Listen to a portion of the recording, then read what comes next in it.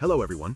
The Swedish JAS-39EF Gripen is expected to become the backbone of the Ukrainian Air Force, potentially numbering up to 100 aircraft with partial production localized in Ukraine.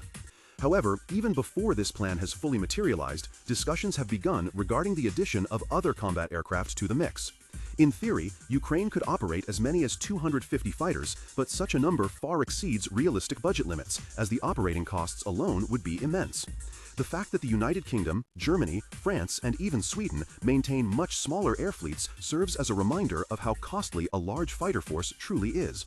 Many analysts argue that a force made up entirely of light, single-engine Gripen fighters would face limitations in conducting full-spectrum air operations, suggesting a heavy fighter would help fill that gap.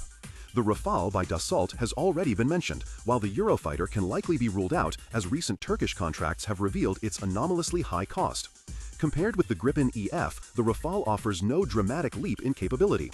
The twin-engine French fighter carries about 2 to 3 tons more payload, around 9.5 tons, has 4 additional hardpoints, yet the same number of heavy weapon stations, which is 5.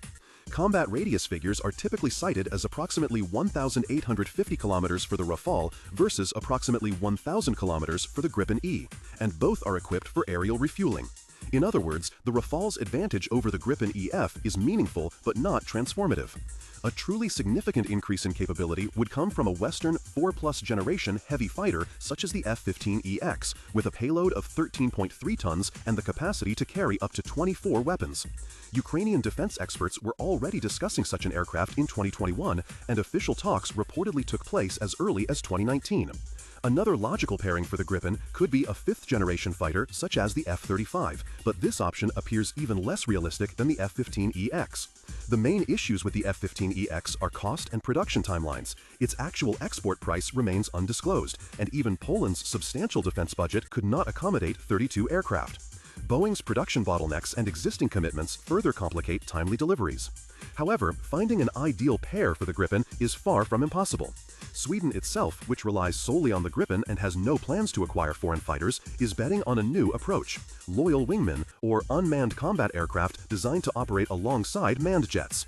These are already being developed under Sweden's emerging F-Series program.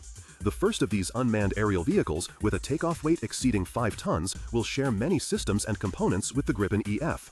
Conceptually, such an unmanned combat aerial vehicle would act as an arsenal and reconnaissance platform, carrying additional missiles, advanced sensors, and decoy payloads.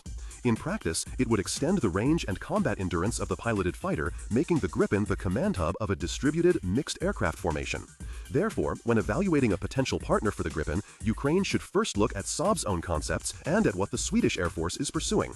Sweden is also developing a 6th-generation fighter alongside its F-Series unmanned combat aerial vehicles. So, what do you think? Should Ukraine focus on integrating unmanned combat aerial vehicles with the Gripen, or pursue a heavy fighter like the F-15EX? Let us know your thoughts in the comments below. And if you enjoyed this analysis, be sure to like the video, subscribe to the channel, and turn on notifications so you don't miss any future updates on the evolving world of military aviation.